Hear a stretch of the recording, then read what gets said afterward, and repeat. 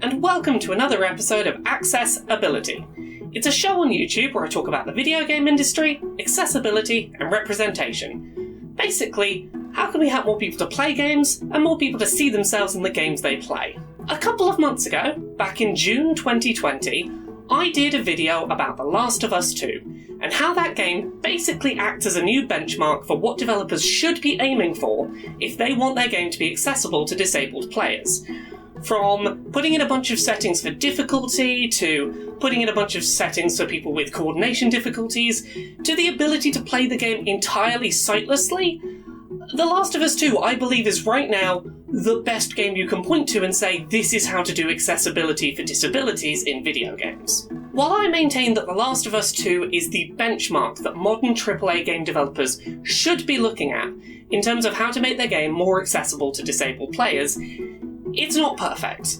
It has a couple of small omissions, little things that really should be there that it isn't doing, and today I want to talk about one of those small omissions that really would have helped it to just be a slightly more accessible game. Audio descriptions. One of the most remarkable aspects of The Last of Us 2 is that the game is completely playable from start to finish by blind and sightless players. There's a great Twitch streamer named Sightless Combat, link in the video description, who around the launch of The Last of Us 2 played the entire game on stream without any ability at all to see, and it was really impressive to watch how effortlessly he was able to move through the game's environments. The Last of Us 2 has a bunch of great settings for helping sightless blind players traverse the world, from audio cues that tell you the direction of enemies, to sounds for if you're aiming your gun at a zombie's chest or a headshot. Sound is used to help players navigate throughout the world with ease. What it, however, lacks is audio descriptions, and that feels like a notable oversight. So, if you were to play the opening scene from The Last of Us 2 while completely sightless, here's what you would hear as a player.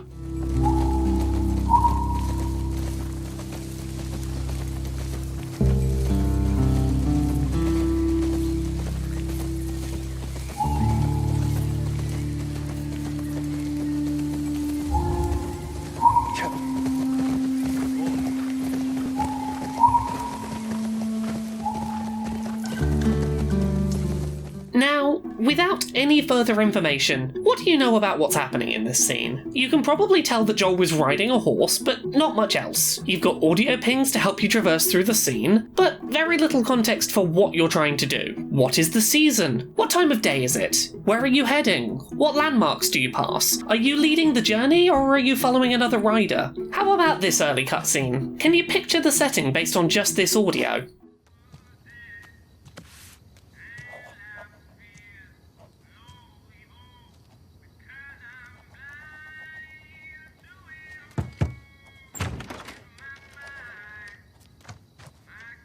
Hello? Ellie?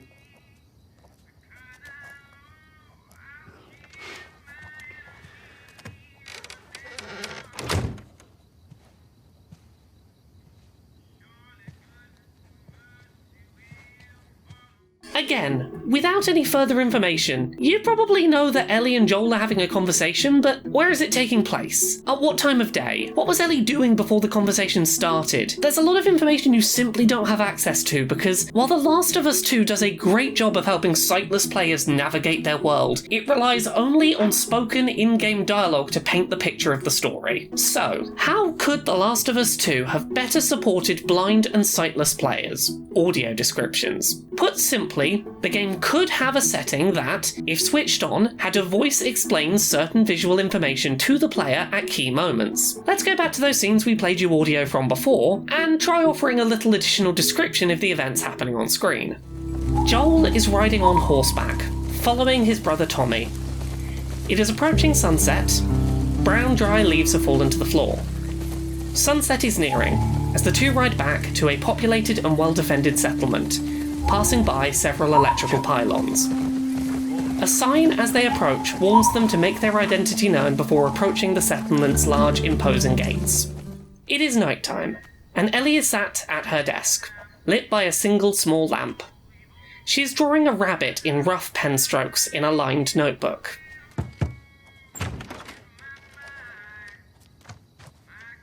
Hello? Ellie? She has headphones on, and as such does not hear Joel enter. Her room is lit by strings of fairy lights and decorated with sci-fi space posters. Her arm is bandaged. Now, obviously, audio descriptions are a slightly trickier proposition in video games than they are in, say, film or TV.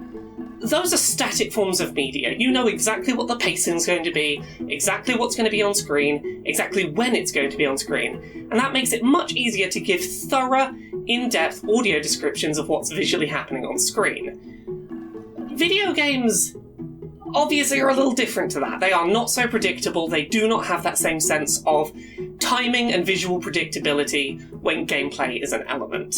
Now, applying audio descriptions is not an easy prospect in video games, and there are some games where it's going to be a trickier problem than others, but I believe that The Last of Us 2 provides us a really good look at several use cases where audio descriptions wouldn't be that hard to reliably insert into video games. I think that The Last of Us 2 is a game that was already primed and could have put audio descriptions in several key places. So, let's look at The Last of Us 2 as our example. While it's highly impractical to provide audio descriptions in real time for all events happening in a game, we can pick out some key moments that would generally benefit from audio descriptions. Cutscenes are all static, predictable scenes, so there's no reason we couldn't incorporate audio descriptions to give better scene setting in those moments. Additionally, anytime a player starts a new scene, in a new location, or after time has passed, a brief piece of scene setting audio description could go a long way, simply describing the general location, the weather, the time of day, and the overall tone of the player's surroundings would go a long way to building a better sense of the scene for sightless players. Beyond that, The Last of Us 2 contains several dramatic scenes where the player is trapped in a single location until the end of a combat encounter, such as fighting a single large zombie in an old arcade surrounded by classic gaming cabinets. These set-piece moments would be obvious scenes to incorporate audio descriptions into, as you know the player is not likely to leave that location for a while. The above are fixed points in the player's adventure that would all make sense to give audio descriptions, and would not be hindered by the interactive nature of video games as a medium. Obviously, audio descriptions work best in video games when placed alongside other sight accessibility settings for partially sighted, blind, or sightless players. The Last of Us 2 is an easy example to point out the benefit of audio descriptions in, because it already does so much to make itself more playable for blind players. But I can certainly think of some other games that would benefit from audio descriptions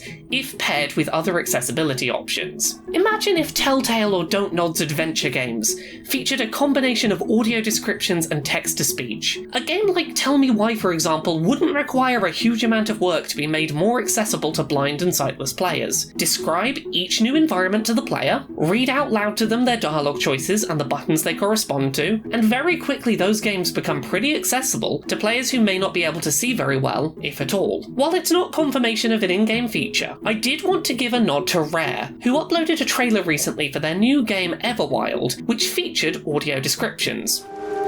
Our world has a rhythm. We all sense it. White birds soar through strands of green light. But only a few truly feel it. 3 figures, Eternals, lead pack animals. Later, they sit around a campfire. It is found in the smallest moments. While this is far from confirmation of the final game featuring audio descriptions, I'd like to believe it shows an awareness from Rare of the need for audio descriptions in the gaming community. I'm quietly crossing my fingers that they might take the step to include these kinds of descriptions in the game itself. Audio descriptions in video games are basically non-existent today. You have some games like The Nightjar, which exist purely to be games about being blind, where you have audio descriptions because the game isn't giving you a visual element. It is only describing the visuals because it's refusing to show any players them. You've also got games like Bastion that will describe events that you've done in-game after you've done them. Neither of these is quite the same as having a game that has a visual element and putting descriptions, spoken descriptions of the environment in there for players who might not be able to see the visuals you've provided. I couldn't find any true examples of games doing this, and maybe they're out there, maybe they exist, but I couldn't find them, and that says they're really not a thing commonly in video games, and that's something that we need to be thinking about as our industry goes forward. We are a long, long way away from audio descriptions becoming a a default in our industry, becoming something that is commonplace, but they are something that movies and TV have already sort of standardized, that as our industry grows and as this medium grows, we need to think about it. It's going to be an important part of eventually our medium becoming accessible. The Last of Us 2 right now is a benchmark for accessible game design from a disability accessibility standpoint, but it's not perfect. Audio descriptions are one thing that game was desperately lacking, and if you're a game developer looking at The Last of Us 2, yes, look at that game and go, we should be trying to do everything it did. Game developers, you should be trying to exceed The Last of Us 2. You want to take that step forward and go, we are as accessible as that benchmark, and then a little more accessible. And audio descriptions are one area where you could surpass The Last of Us 2, where you could make that already very accessible game, that very accessible form of design, even more accessible. It's not going to be for every game, but it's something to keep in mind. It's a way our industry can move forward and be more accessible.